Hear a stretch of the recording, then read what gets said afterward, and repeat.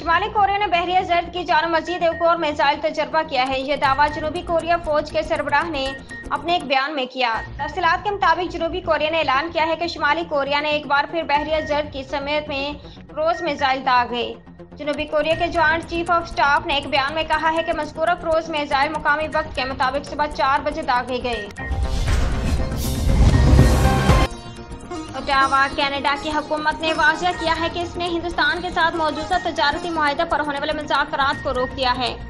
غیر ملکی خبر رساں ادارے کی رپورٹ کے مطابق اوٹاوا میں تعینات بھارتی ہائی کمشنر سنجے کمار ورما نے میڈیا سے گفتگو کرتے ہوئے بتایا کہ اوٹاوا نے ہم سے درخواست کی ہے کہ نئے تجارتی معاہدے کے لیے جاری بات چیت روک دی جائے۔ انہوں نے کہا کہ G20 اجلاس میں شرکت کے موقع پر کینیڈین وزیر اعظم سے اس حوالے سے بات چیت کی جائے گی۔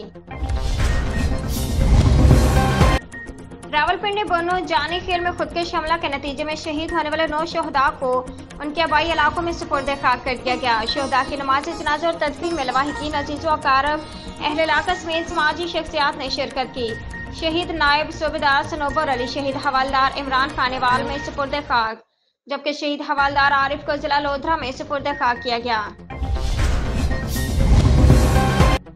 لاہور پنجاب کے جیلوں میں سیکیورٹی کی صورتحال انتہائی تشویشناک ہو گئی ہے۔ جیلوں کے اندر اور اطراف نصب کیے گئے تقریباً تمام سیکیورٹی آلات خراب ہو گئے۔ تفصیلات کے مطابق لاہور سمیت پنجاب بھر کی جیلوں کی سیکیورٹی خطرے میں پڑ گئی ہے۔ جیلوں میں حفاظت انتظامات کے تحت لگائے جانے والے کیمرے، اسکینرز، واک تھرو گیٹس اور میٹل ڈیٹیکیٹرز سمیت دیگر آلات ناکارہ ہو گئے۔ 2017 میں 27 جیلوں میں کیمرے، اسکیننگ مشینیں، موبائل جیمرز لگائے گئے تھے۔ اس حوالے سے جیل حکام کا کہنا ہے کہ 27 جیلوں کے لیے walkie talkie, walk through gates بھی لیے گئے تھے۔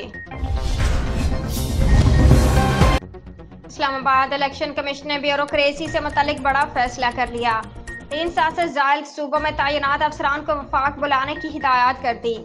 تفصیلات کے مطابق الیکشن کمیشن نے سیکرٹری اسٹیبلشمنٹ ڈویژن کو مراسلہ جاری کر دیا ہے، جس میں ہدایات کی گئی ہے کہ 3 سال سے زائد صوبوں میں تعینات افسران کو وفاق بھیج دیا جائے۔ Secretariat group OMG x cadre افسران کو فوراً وفاق رپورٹ کرنے کی ہدایت کی گئی ہے۔ پولیس پاکستان ایڈمنسٹریٹر سروس کے سوا تمام کیڈر کے افسروں کو واپس بلانے کی ہدایت جاری کی گئی ہے۔